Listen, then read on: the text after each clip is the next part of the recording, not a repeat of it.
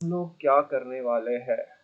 सो ऐसे सेट कि हम लोग आज बहुत सारे सम सॉल्व करने वाले हैं। उसमें से कुछ सम ये है जो आपके प्रैक्टिकल सेशन के अंदर भी है। करेक्ट। तो प्रैक्टिकल के अंदर कौन कौन से क्वेश्चन आने वाले हैं अगर मैं आपको वो कहूँ तो प्रैक्टिकल के अंदर you will be finding the questions on this. Find following integral are convergent और नॉट। तो ये हमने क्लास में ऑलरेडी डिस्कस किया है। ये बैच 1 के लिए मैं डिस्कस कर रहा हूँ कि क्या क्या होगा आज। सो दे शुड बी कंफर्टेबल, ऐसा डरना नहीं है। ठीक है। तो क्या है, ये कन्वर्जेंस वाला है जो हम लोग ने क्लास में डिस्कस किया था। फिर फाइंडिंग द वैल्यू ऑफ सी। ठीक है। तो ये फर्स्ट एंड सेकंड क्लास में क्या था, ये दोनों होमवर्क था जो आपको सॉल्व करना होगा inside practical. And question number 3, इसमें से भी कुछ क्वेश्चन अभी मैं सॉल्व करूंगा, कुछ क्वेश्चन आपको मैम के साथ सॉल्व करना। ठीक है। सो अभी हम लोग लेक्चर को स्टार्ट करता है। ओके, तो question number 3 is over here. Find F dash of x for the following. हमें दिए गए क्वेश्चंस के लिए एफ डैश ऑफ एक्स को फाइंड आउट करना है। सो कैसे करोगे, तो पहले ये सोचेंगे कि क्वेश्चन को देख के आपको क्या लगता है कि क्या यूज होना चाहिए। This is the question for batch 1 student. Batch 2 के स्टूडेंट को आंसर नहीं करना है। ठीक है। यस, बैच 1 स्टूडेंट्स को क्या लगता है किस चीज को यूज करोगे अगर आपको F dash of x find out करना है, तो कौन सा ऐसा थ्योरम था जो हमने पढ़ा था। Yes, anybody from the batch 1। तो ऐसा कॉन्सेप्ट हमने पढ़ा था जो हम लोग F dash of x find out करने के लिए यूज कर सकते हैं। Late me know in the chat box.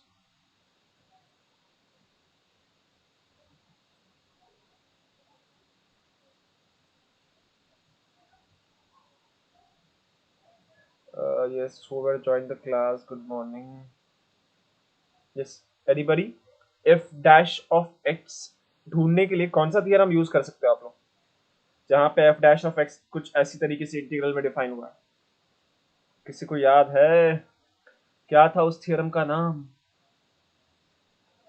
Batch 1 students.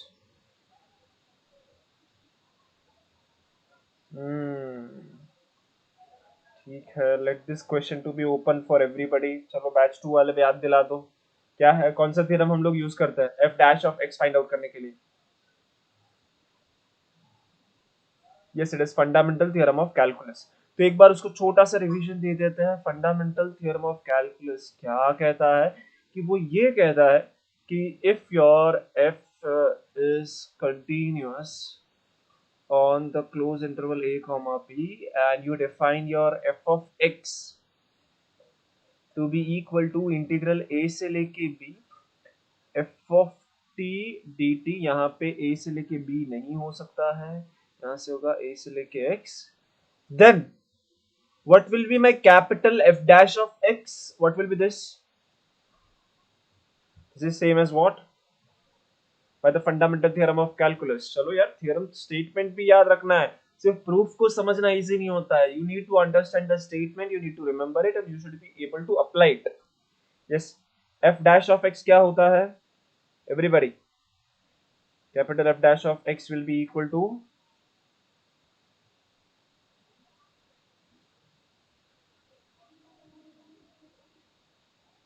anyone? क्या कह रहा था यार, fundamental theorem. I'm waiting in the chat box, anybody? इतना बुरा पढ़ा था क्या यार मैं।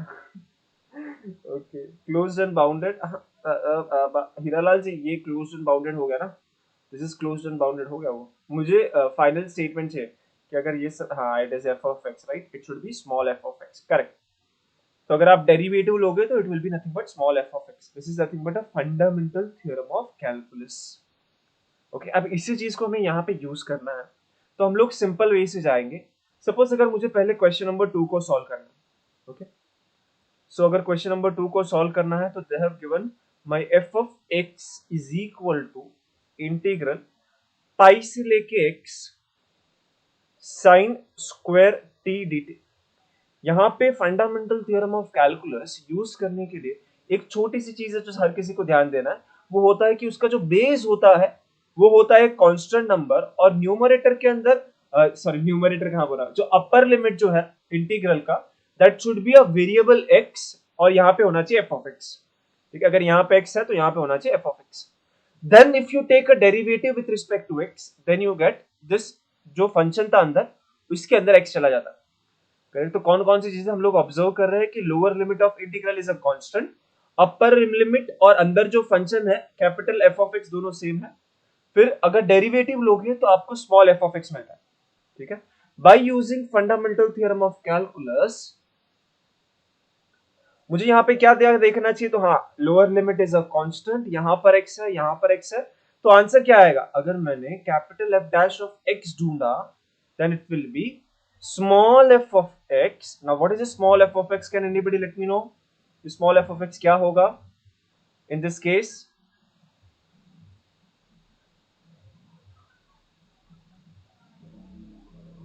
yes it is sin square x। yes everybody is getting this कि ये कैसे लिखा जा रहा है by using fundamental theorem of calculus, both batch rules था, मैं ऐसे डिस्ट्रीब्यूट नहीं कर रहा हूँ, but anybody from both the batches समझ रहा है क्या कर रहे हैं हम लोग यहाँ पे। yes let me know in the chat box ये कैसे आया आंसर, सबको समझा, because you should be able to do it by yourself, है ना, उस चीज का ध्यान दीजिए कि खुद से होना चाहिए फिर। yes okay great। others let me know in the chat box, I'm waiting। Suraj ji good morning, सूरज उग गया हमारा। Yes yes hello okay great. So अब आगे बढ़ते हैं थोड़ा, thank you Firdaus ji. Okay आगे बढ़ते हैं, क्वेश्चन नंबर 1 को आप डिस्कस करता है। 1 के अंदर अगर आप देखोगे ना थोड़ा अलग है। 1 के अंदर क्या हो रहा है ना कि F of X is equal to integral 0 से लेके X square 1 plus T cube minus 1 D T, ठीक है। तो अब इस क्वेश्चन के अंदर अगर आप ऑब्जर्व करोगे तो बेस तो कांस्टेंट है, लेकिन इशू कहां पे हो रहा है कि यहां पे x और यहां पे एक्स स्क्वायर है। तो ऐसे सिचुएशन में हम लोग क्या करते हैं कि हम लोग चेन रूल का यूज करते हैं। कैसे यूज करेंगे चेन रूल, तो बहुत ही सिंपल सा फंडा है। हमें क्या पता है कि यहां पर यानी कि जो अपर लिमिट है वो और फंक्शन के अंदर जो वेरिएबल है वो सेम दिखना चाहिए, जो नहीं दिख रहा है तो मैं क्या करता हूं उसको सेम दिखा देता हूं। मैं बोल तो दिया दिखा देता हूं, लेकिन कैसे दिखाऊंगा। So what we do, we define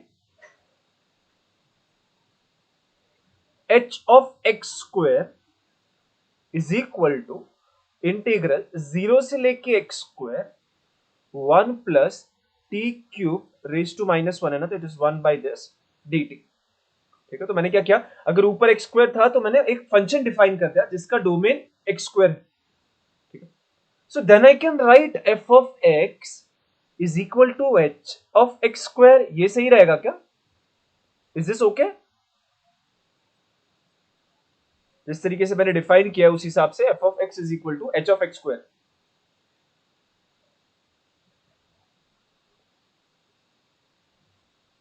मुझे क्या पता था कि फंडामेंटल थ्योरम ऑफ कैलकुलस के हिसाब से वो जो अपर लिमिट है वही वेरिएबल में होना चाहिए था, वो नहीं था।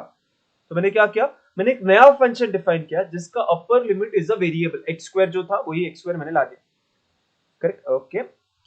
सो अब आगे बढ़ते हैं थोड़ा। Prabhat Das ji good morning, thank you for the joining. Okay अब हम लोग आगे बढ़ेंगे। अगर सपोज मुझे इसका डेरिवेटिव लेना है with respect to X, so taking derivative with respect to X, अगर मैंने इसका डेरिवेटिव ले लिया विथ रिस्पेक्ट टू एक्स यानी कि ये तो हो जाएगा एफ डैश ऑफ एक्स। इसका डेरिवेटिव लेते वक्त मुझे चेन रूल को यूज करना पड़ेगा, यानी कि taking derivative of h x square with respect to x square first and then taking derivative of x square with respect to x. ये चेन रूल समझ रहा है किस तरीके से यूज हो रहा है यहां पे। Yes just let me know in the chat box. Okay अब अगर देखो आप मुझे क्या है, मुझे इसका आंसर तो पता है, I know this what is this, ये तो पता है मुझे, सो मैं उसको लिख सकता हूं। तो मुझे f dash of x finally find out करना था, so this is same as what, ये हो जाएगा 2x। ओके सूरज जी कोई इशू नहीं है। चेन रूल क्या होता है अगर उस हिसाब से देखा जाए तो सिंपली अगर मैं आपको बताने की कोशिश करूं कि if you have D you by D x and what you can do is पहले आप u को y से डिफरेंशिएट करो एंड देन उस y को x से डिफरेंशिएट कर दो। यस इसी को आप चेन रूल कहते हो। जैसे कि suppose if my u is in variable y, then आप कैसे कर सकते हो उसको differentiate with respect to x, तो पहले उसको y से करो और फिर उसी y को x से कर दो। करेक्ट, ये पता है आपको सूरज जी?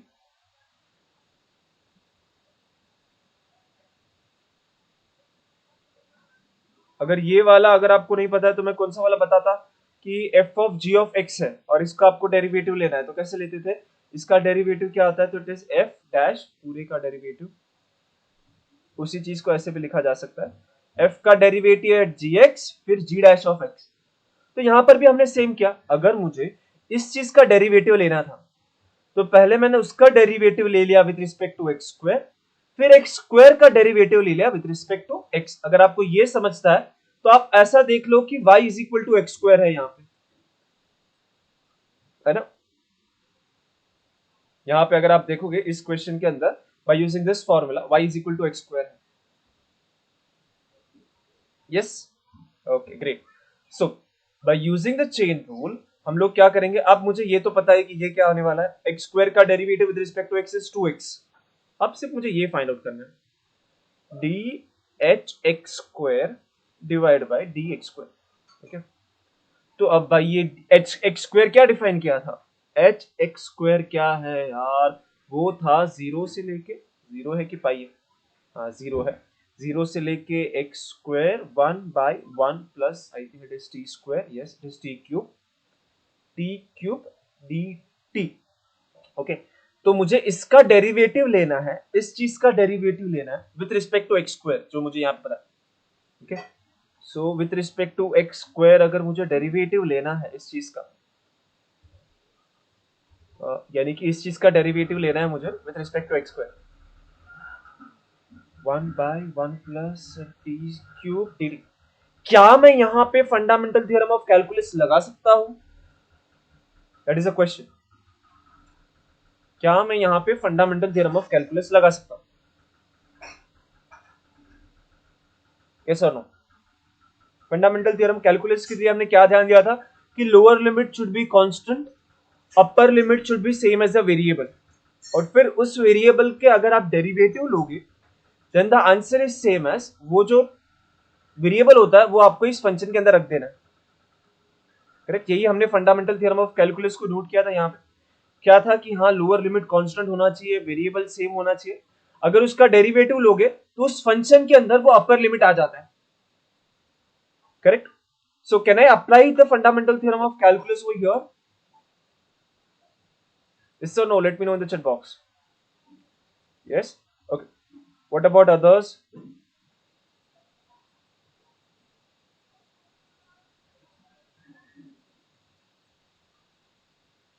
ओके, सो उस हिसाब से अगर देखा जाए उसका मतलब क्या हो गया कि लिमिट मतलब कंडीशन क्या है, लोअर लिमिट कांस्टेंट है, वेरिएबल और जिससे डेरिवेटिव ले रहे हो वो भी कांस्टेंट है, तो उस हिसाब से देखा जाए तो क्या आ जाएगा, जो अपर लिमिट होगा वो उस फंक्शन में चला जाएगा, यानी कि उस फंक्शन के अंदर अब t की जगह पे आपको एक्स स्क्वायर रखना है, so 1 divide by 1 plus t की जगह पे एक्स स्क्वायर का cube, so it is nothing but 1/1 plus x raise to 6।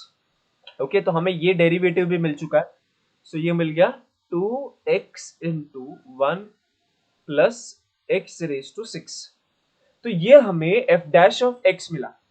कैसे मिला? हमने फंडामेंटल थ्योरम ऑफ कैलकुलस को यूज किया, उसके साथ साथ हमने चेन रूल को यूज किया।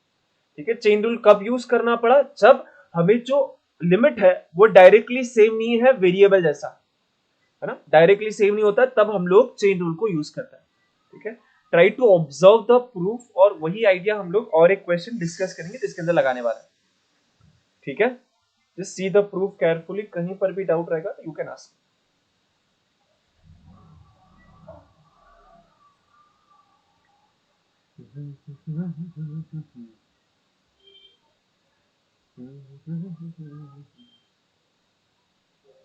Okay, let us just discuss one more problem और चीजों को और ज्यादा क्लियर करते हैं। So the problem number this three को डिस्कस कर लेते हैं। Problem number 3, I just cut it over here and paste it. Sorry.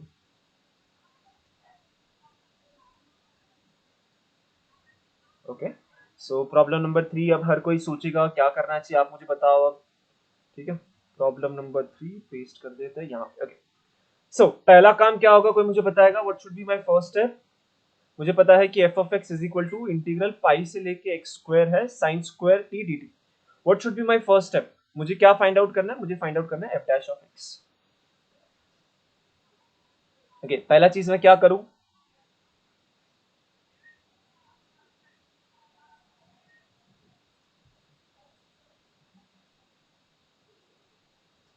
Correct, very good. So what I will do, we will define something. हमें variable same करना है because यहाँ पे x है, यहाँ पे एक्स स्क्वायर है, नहीं काम करेगा फंडामेंटल थ्योरम। तो वेरिएबल सेम करने के लिए एक नया फंक्शन डिफाइन कर देता है जिसके अंदर जो अपर लिमिट है और जो वेरिएबल है वो सेम हो जाए। ठीक है, then I can write my f of x is equal to h x square. अब क्या करना चाहिए मुझे? What should be my next step?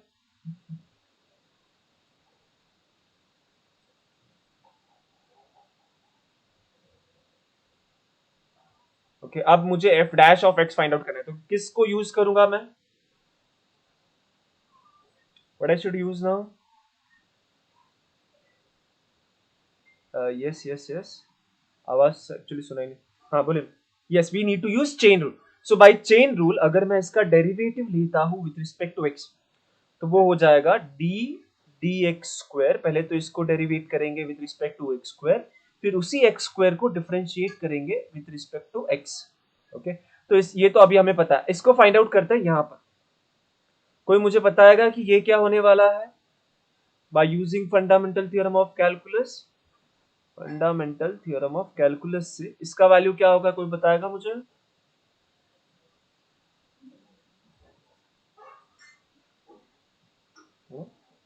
Now the variable is same. हम लोग उसी वेरिएबल से डिफरेंशिएट कर रहे हैं। वेरिएबल क्या है? एक्स स्क्वायर है। उसी वेरिएबल से डिफरेंशिएट कर रहे हैं। Lower limit is a constant. Yes,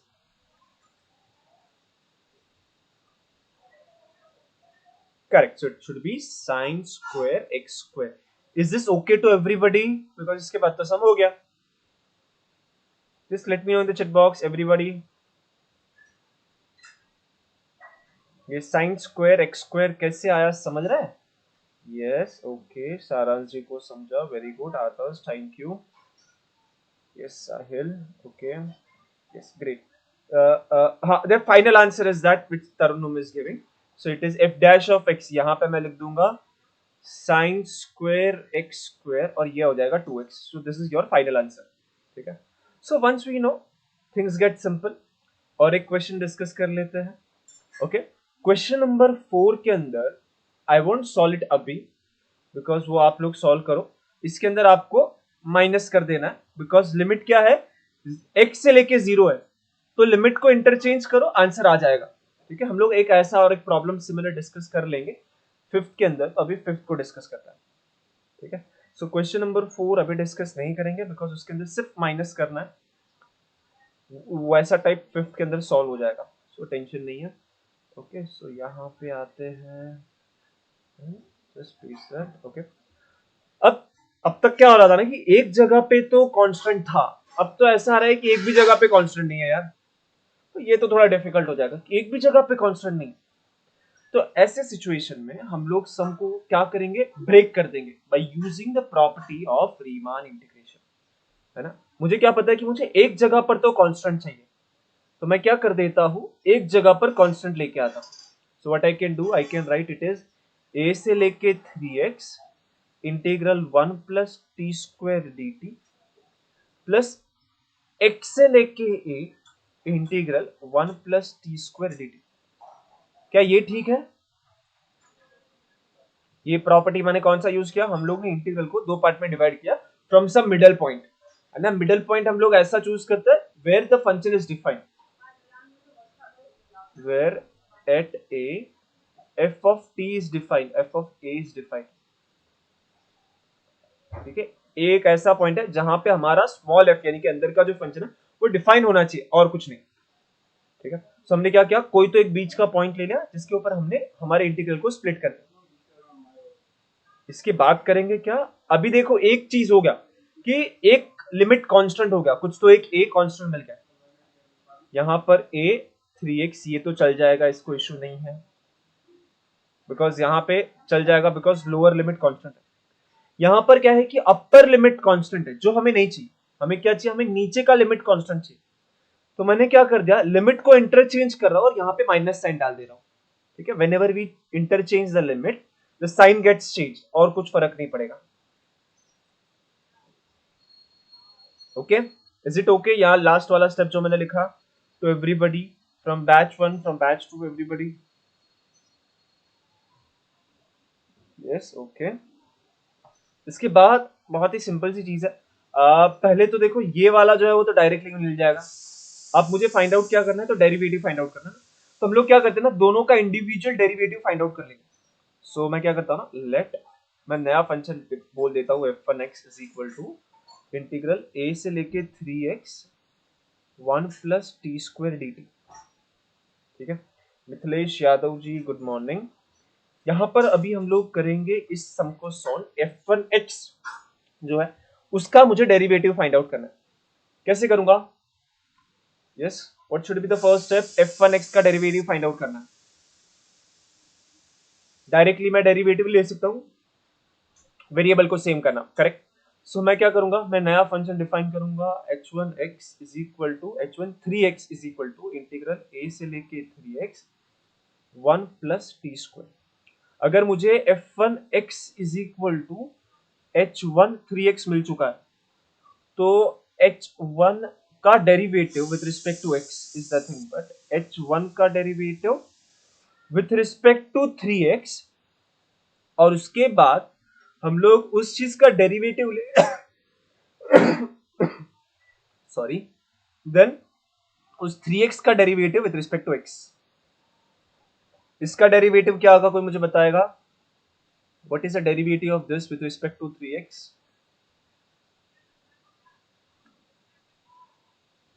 because 3x का डेरिवेटिव मुझे आता है बट इसका नहीं आता है। इसका डेरिवेटिव हो जाएगा 3।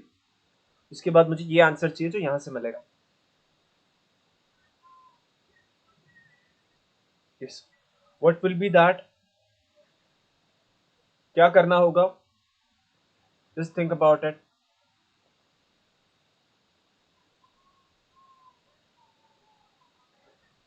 Yes, 1 plus 9x square. Simple word में कहा जाए तो ये 3x को उसके अंदर आप डाल सकते हो। ठीक है, बिकॉज सारी कंडीशन सेटिस्फाई हो चुके हैं। So this is nothing but root of 1 plus 9x square. उसी तरीके से आपको क्या करना होगा, आपको इसको नाम देना है f2 ऑफ x, और फिर डायरेक्टली इसका तो डेरिवेटिव निकल ही जाएगा। फिर f डैश क्या होगा, that will be f1 dash minus f2 dash. इसके बाद के जो स्टेप्स है that you are suppose to try, and if you get stuck, मैंने ऑलरेडी क्लासरूम में इसका सॉल्यूशन पीडीएफ शेयर कर दिया, तो उसमें से आल्सो यू कैन सी। ठीक है, this is nothing but what, this is an application of fundamental theorem of calculus. कहीं पर भी कुछ भी डाउट रहेगा, बी फ्री टू आस्क। लेकिन अभी हम लोग थोड़ा आगे बढ़ते हैं, because now time comes to check whatever मैं अब तक बड़बड़ कर रहा था ना, वो समझा है कि नहीं, वो एक बार में पता चलना चाहिए। Okay, so guys this is question for all of you, just let me know the answer. Okay, this is question for all of you, let me know the answer. Simple question है बहुत ही, for anybody. Just take your time, but let me know the answer as quick as possible. आगे वाले question जो है उसके solution already classroom में है, यू कैन चेक। आज भी हम लोग ने उसके कॉन्सेप्ट को डिस्कस किया है। Now let us just apply it into one of the question. Check करते हैं कि सबको समझता है कि नहीं समझता। Yes, solve this problem and let me know the answer.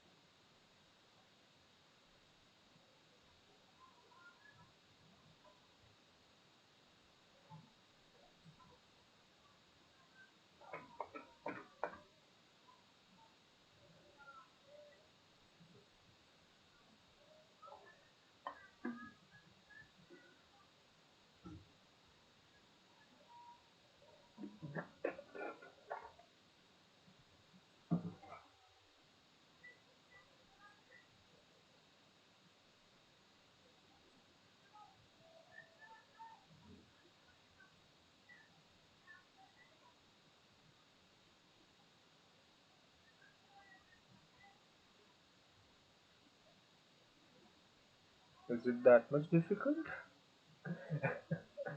uh, That's root 2 is the answer. Very good. Yes, Mahek ji, you are right. Sahil also right. Everybody is getting answer as root 2. Let me know in the chat box if you are getting the same answer, write Y. If you are not getting the same answer, write N. If someone is getting some different answer, we'll discuss this problem. Otherwise, root 2 is the correct answer. जहाँ तक मुझे याद है. Yes, it is correct. I think. Yeah.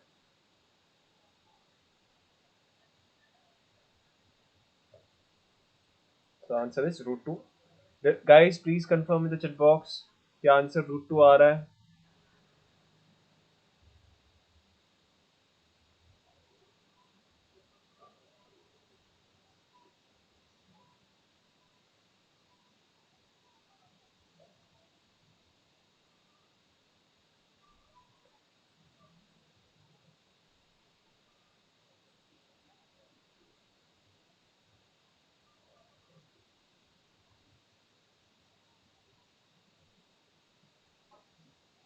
Yes, sir, it is root 2.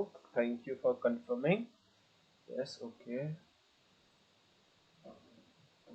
Okay, yes, yes, yes, yes, yes. Correct, correct. किसी को नहीं आ रहा रहेगा तो पहले बताओ, अगर नहीं आ रहा रहेगा तो डिस्कस करना है हमें. आता है तो it is really simple problem. I am happy that you were able to solve it. Now it's time to move further. Is it okay? Can we move further? 1 2 3 4 लोगों ने रूट 2 बताया, मुझे कंफर्म किया. Yes, what about others? Let me know in the chat box. Root 2 नहीं आ रहा है तो बताओ.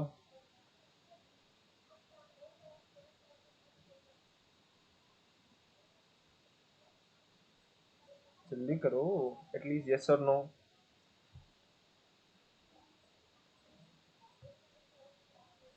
तरुणम, what is your answer? Firdaus ji, answer क्या आ रहा है? रूट 2 आ रहा है? Ashwini ji, yes sir, got it. Okay. Suraj, answer क्या है? हीरालाल, आंसर रूट 2 आ रहा है?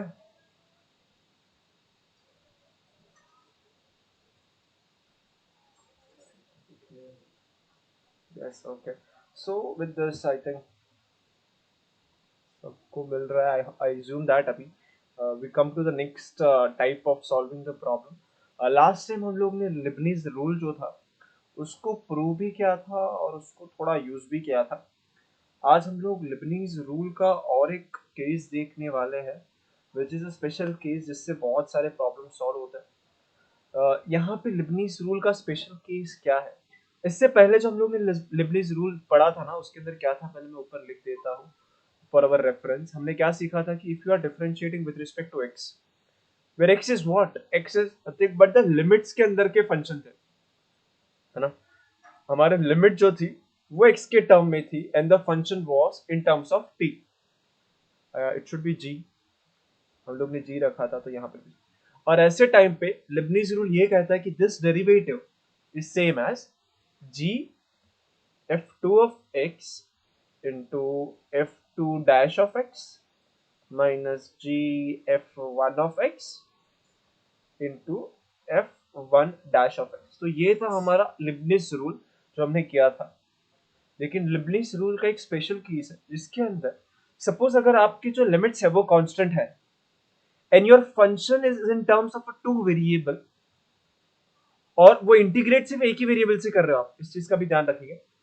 और जिस वेरिएबल से आप इंटीग्रेट नहीं कर रहे हो, अगर आपको उससे डेरिवेट करना है, डिफरेंशिएट करना है, then that derivative can go inside this integral.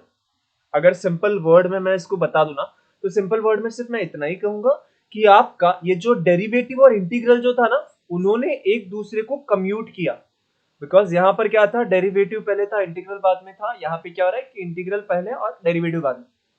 ठीक है, तो आपका डेरिवेटिव और इंटीग्रल जो है वो एक दूसरे को कम्यूट कर रहा है. लेकिन कंडीशन क्या है कि आपका जो लिमिट्स है वो एक कांस्टेंट नंबर्स है, उसके साथ साथ इंटीग्रल जो है और डेरिवेटिव जो है वो अलग अलग वेरिएबल्स में है ना. जैसे कि अगर ये x में है तो ये t में इंटीग्रेट कर रहे हो, इस चीज का ध्यान रखेंगे.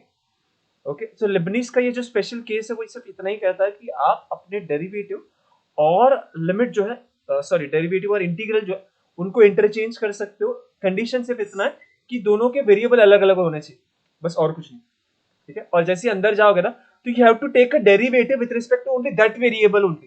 जैसे कि अगर आप जैसे इसको डेरिवेटिव के अंदर लेके आओगे तब क्या करना है, डिफरेंशिएट करना है उस फंक्शन को, लेकिन with respect to only that variable, इसलिए यहाँ पे पार्शियल डेरिवेटिव लिखा है, ठीक है। Partial derivative of that function with respect to x only, t से डेरिवेट नहीं करना, ठीक है। सो ये स्टेटमेंट समझ रहा है, लेबनीज रूल का स्टेटमेंट क्या कर रहा है, because we are just going to do the statement, इसका प्रूफ नहीं करना है हमें।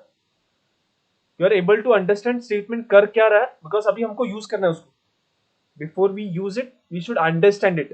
प्रूफ तो नहीं कर पाएंगे इसका, but definitely we can understand the statement to use it. Yes, क्या करता है कि इंटरचेंज कर सकते हो किसको, इंटीग्रल और डेरिवेटिव को। इस चीज का ध्यान रखेंगे कि दोनों के जो टर्म्स है, इंटीग्रेट किस वेरिएबल में हो रहा है, डेरिवेटिव किस वेरिएबल में हो रहा है, दोनों अलग अलग होने चाहिए। Is it okay? Lebanese rule का स्पेशल केस का स्टेटमेंट समझ रहा है, क्या कहने की कोशिश कर रहा है? You can interchange limit derivative and integral.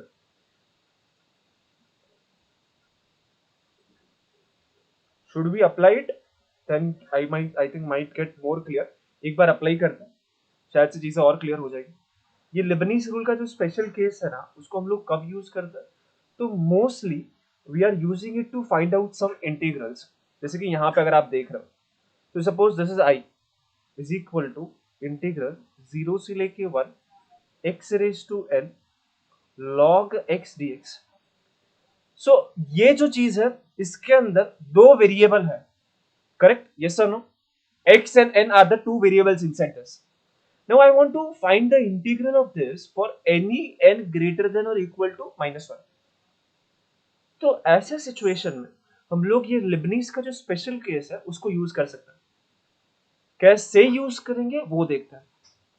अब मुझे क्या पता है कि मुझे सिर्फ इतना पता है कि अगर मेरे पास अगर मुझे डेरिवेटिव लेना है किसी चीज का, सपोज मैं उसी टर्म में लिखता हूं जिस टर्म में यहां पर है, with respect to n integral 0 से लेके 1, फंक्शन जो है वो है n और x के बीच में dx, then this is same as what, this is same as integrating 0 से 1 derivative of this with respect to f n x dx। यानी कि मैंने क्या किया, मैंने लिमिट और इंटीग्रल को एक दूसरे के साथ इंटरचेंज कर दिया और कुछ नहीं किया, ठीक है। तो वही चीज हम लोग यहाँ पे अभी अप्लाई करने की कोशिश करेंगे। लेकिन इफ यू ऑब्जर्व केयरफुली, ये ऑलरेडी किसी चीज का डेरिवेटिव है। x raised to n log x is derivative of some function with respect to n. What is that function? Yes, anybody? This thing is already derivative of something with respect to n. What is that function? Yes, x raised to n log x is a derivative of some function। यानी कि मैं ये कह रहा हूं कि x raised to n log x is derivative, this thing is nothing but derivative of some function with respect to n. What is that function? No, actually Anjali ji you are right according to the formula, लेकिन इस case में वो क्या होगा, it should be x raised to n, correct? अगर आप अंजलि जी आप correct हो, लेकिन आपने है ना जो फॉर्मूला नॉर्मल लिस्ट में होता है ना वो वाला बता दिया a raised to x, लेकिन इस केस के अंदर वो x raised to n होगा। Yes, okay. सो इसका मतलब क्या होगा कि इसकी जगह पे मैं ये लिख सकता हूं, so I'll just write integrating 0 से 1, बिकॉज मुझे सिर्फ n के रिस्पेक्ट में डिफरेंशिएट करना है, इसलिए मैं partial differentiating with respect to n लिखता हूं dx। Okay, now by Hiralal ji x raise to x नहीं, x रेज टू n ना? Okay, correct correct correct. Okay, now my dear friends, अभी अभी हम लोग ने देखा कि क्या करते हैं हम लोग ये डेरिवेटिव और इंटीग्रल को इंटरचेंज कर सकते हैं ना। इस समय इन दोनों को इंटरचेंज कर देता हूं, तो ये जो डेरिवेटिव वो आगे चला जाएगा और इंटीग्रल जो है वो अंदर चला जाएगा। और अगर अब आप ऑब्जर्व करोगे तो ये तो इजी हो गया, ये क्या हो जाएगा? Can anybody let me no कि ये क्या होता है? सूरज जी, हम लोग ने इंटरचेंज क्यों किया? That is nothing but something called as Leibniz rule. वही तो लिबनीज रूल है जो मैं आपको बता रहा हूं स्टेटमेंट उसका। क्या होता है लिबनीज रूल? कि you can interchange the derivative and the integration. क्या हर बार ऐसा कर सकते हो? नहीं। कब कर सकते हो? अगर आपका जिससे डेरिवेटिव ले रहे हो और जिससे इंटीग्रेट कर रहे हो वो वेरिएबल अलग अलग है, then you can do it. उसके साथ साथ आपके जो लिमिट है इंटीग्रल के, that should be a constant number, ना, वहां पे फंक्शन नहीं होना चाहिए। ठीक है सूरज जी, वही तो मेरा स्टेटमेंट है। क्या कहता है स्टेटमेंट कि हाँ हम लोग इंटीग्रल और लिमिट जो डेरिवेटिव है उनको इंटरचेंज कर सकते हैं। ठीक है, तो हमारे पास अभी ये था, उसका यूज करके मैंने ये लिख दिया, डेरिवेटिव अंदर था, डेरिवेटिव मैंने बाहर लिख दिया। ठीक है, तो अब मुझे कोई बताएगा कि इसका वैल्यू क्या होगा, what is the value of this, solve करके x रेज टू n का इंटीग्रल फ्रॉम 0 से लेके 1।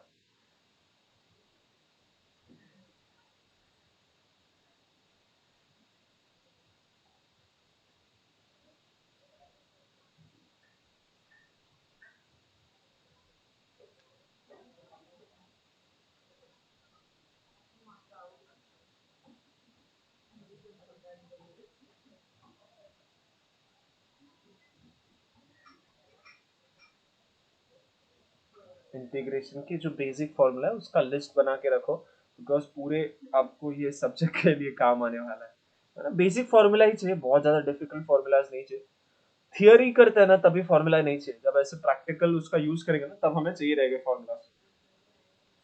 So what is this, it is x square by, अरे यार आदर्श जी, ये एक्स रेज टू एन है ना, उसको इंटीग्रेट करना है विथ रिस्पेक्ट टू एक्स, है ना। इंटीग्रेट कौन से वेरिएबल से है, तो एक्स से करना। एक्स रेज टू एन का इंटीग्रेशन क्या होता है, x raise to n plus one divided by n plus one, and फिर एक्स की जगह पर वन रखना है और एक्स की जगह पर जीरो रखना है। यस यस यस यस, ये एन एन अद्वैत जी, एन नहीं होता ना आगे, x raised to n plus 1 divided by n plus 1. Okay, there is no issue because I see few of the student are mistaking something. So what I'll do, I'll just find out this. ये क्या हो जाएगा यार, तो x raised to n हो जाएगा x raised to n plus 1 divided by n plus 1, लेकिन limit रखना होगा 0 से 1। इस चीज का ध्यान रखा जाए, लिमिट किसके रखोगे, लिमिट रखेंगे हम लोग x के अंदर, बिकॉज x के रिस्पेक्ट में इंटीग्रेट किया ना यारो, है ना, x के रिस्पेक्ट में, तो x की जगह पे 0 रखेंगे, x की जगह पे 1 रखेंगे। यहाँ पे मैंने ये गलती से x लिख दिया, इट इज ये हो गया n। अब x की जगह पे एक बार 1 रखेंगे तो ये हो जाएगा 1 raise to n plus 1 is 1, ये n plus 1 as it is, minus x की जगह पे 0 रखेंगे तो ये हो जाएगा 0। इज इट ओके, ये सबको समझा कैसे लिखा मैंने? ये सब लोग क्यों अलग अलग फॉर्मूलाज मुझे दे रहे हैं, x raise to n n plus 1 n minus, ये फॉर्मूला सबको ये समझागा, ये कहां से आ रहा है x रेज टू n का इंटीग्रल, यारो क्या कर रहे हो? Yes yes Hiralal ji and Advait ji, क्या इशू हो रहा है? यस दैट इज सिंपल यार, ओके कोई बात नहीं। What about other, Hiralal, x raise to n plus 1 upon n plus 1, x raise to n into n plus 1 नहीं ना,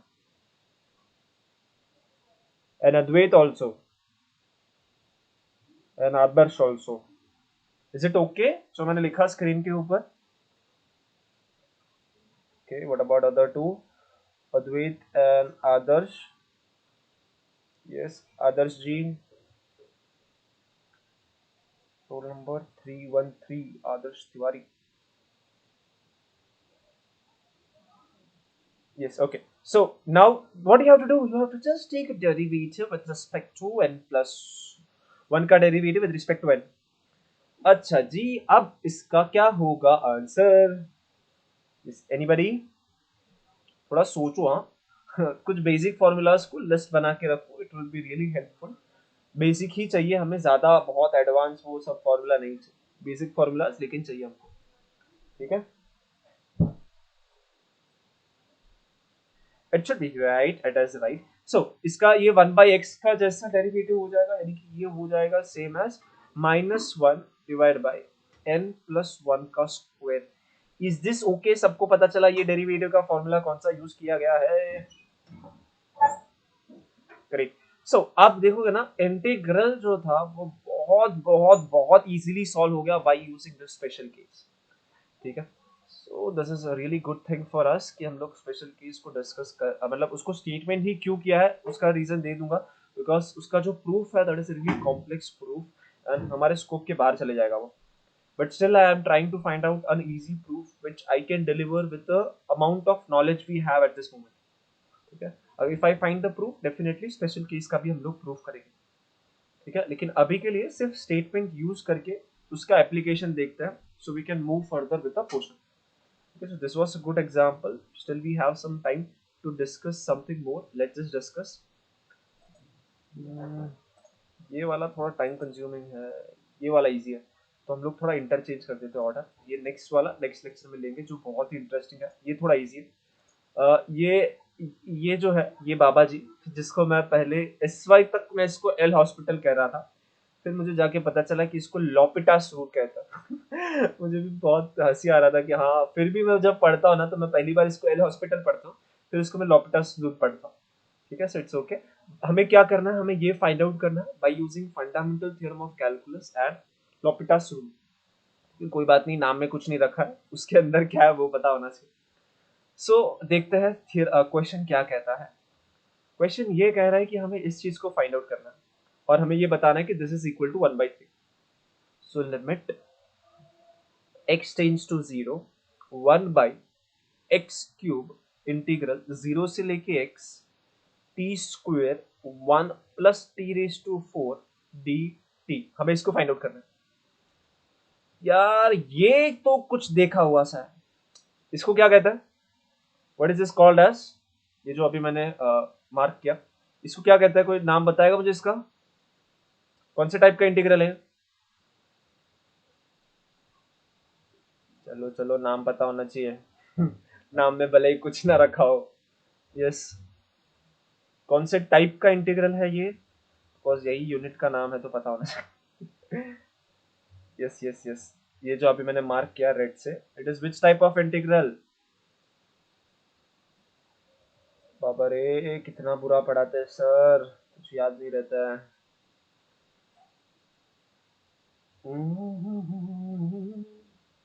I am waiting in the chat box, और आइतर ऑडियो से तो बता दे.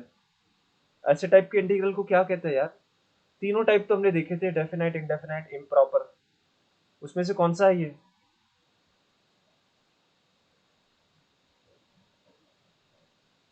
इम्प्रॉपर के अंदर इन्फिनिटी होता था. है ना, याद आ रहा है. इम्प्रॉपर के अंदर हम लोग क्या करते थे, इन्फिनिटी वाला डालते थे, लिमिट लगाते हैं ना तब बनता है improper. So I will request every of my dear students to read the notes after the lecture is completed. ठीक है, नोट्स को पढ़ लिया करो. चीजों को अभी से अगर ज्यादा पढ़ोगे ना तो आगे जाके चीजें इजी हो जाएगी. डेफिनाइट इंटीग्रल के अंदर हम लोग क्या करता है कि वहां पे दोनों लिमिट कांस्टेंट नंबर होते हैं. सो बचा एक ही चीज है. Thank you so much guys इतने गलत आंसर देने के लिए, कि जो सही चीज था वही बच गया. सो it is nothing but indefinite integral. ठीक है, वहीं से हमने स्टार्ट किया था यार लेक्चर. ऐसा ना करो मेरे साथ यार, इतना बुरा नहीं पढ़ाता हूँ, डोंट. ठीक है, कोई नहीं. ठीक है, ये देख लो यार, लेक्चर नंबर 1 के अंदर मैं इतना बुरा नहीं करा था यार. ये देखो, ये क्या है, ऐसे टाइप के इंटीग्रल को हम लोग क्या कहते हैं. This is nothing but indefinite integral ना, जहाँ पर ये ऊपर वाला एक कोई एक वेरिएबल होता है, उसी को तो हम लोग इनडेफिनाइट कहते थे यार. बस बस बस, यही हो गया. सागर क्या करेंगे इनका, नहीं पढ़ा रहे हो अच्छे से तुम. ठीक है, कोई बात नहीं. मुझे लगता है कुछ टेस्ट लेना पड़ेगा अब आप लोगों का. टेस्ट प्रिपेयर करता हूँ. सो मैंने क्या किया, उस जो वो जो चीज था उसको मैंने नाम दे दिया, तो क्या होगा ना, अच्छा दिखेगा, अच्छा दिखेगा. तो मैं उस इनडेफिनाइट इंटीग्रल को नाम देता हूँ, जिससे क्या होगा कि अब जो मुझे फाइंड आउट करना है वो हो जाएगा F of x upon x cube. ये समझा मैंने क्या किया, मैंने इसको नाम दे दिया capital F of x because it is an indefinite integral, मैंने नाम दे दिया. तो ये समझा कि मैंने क्या किया. I will take few more minutes. बहुत ही सिंपल सा है, बिल्कुल भी है नहीं इसके अंदर कुछ ज्यादा करने का. Is it okay what I did, मैंने सिर्फ उस फंक्शन को नाम दे दिया and it is F of x upon x cube. Yes, late me know in the chat box guys, जाग रहे हो सब लोग.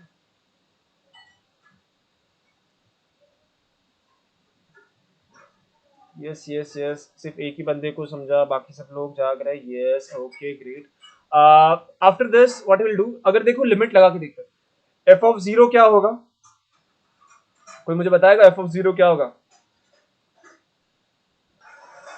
एफ ऑफ जीरो क्या होगा, एफ ऑफ जीरो क्या होगा, F of zero, capital F of zero क्या होने वाला है, हाँ जी सोच के समझ के बताइए, एफ ऑफ जीरो जी क्या होने वाला है, it is indefinite integral, I know dear it is indefinite integral, लेकिन जीरो, हाँ ना ना ना, इनडेफिनाइट कैसे होगा, एक्स की जगह पे जीरो डालो ना, limit from zero to zero, integral is from zero to zero, क्या होता है, yes it is zero,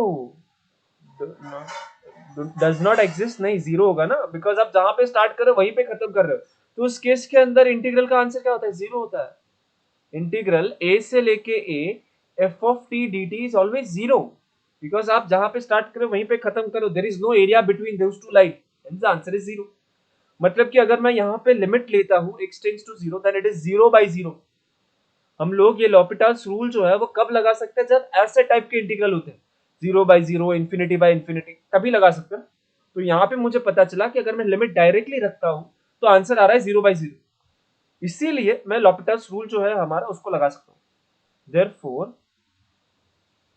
bye ये जो एल हॉस्पिटल था यानी कि लॉपिटास रूल,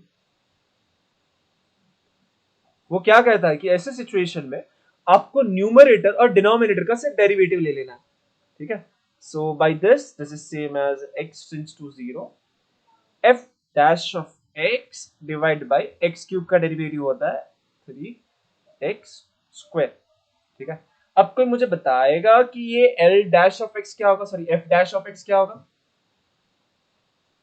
ये f डैश ऑफ x क्या हो जाएगा, किस चीज को यूज करूंगा मैं f dash of x find out करने के लिए, f डैश ऑफ x कैसे फाइंड आउट करेंगे, बाय यूजिंग, ये है आपका f of x, so f dash of x,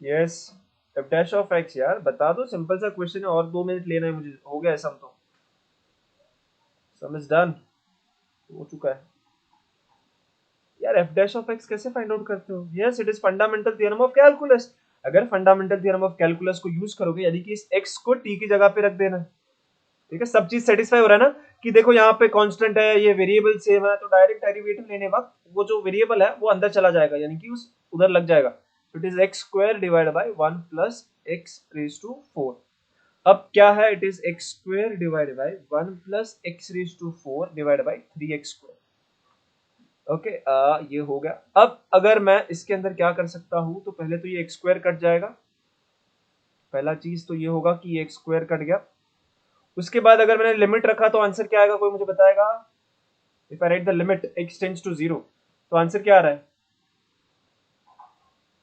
ना, ये हो गया 1, ये हो गया 1,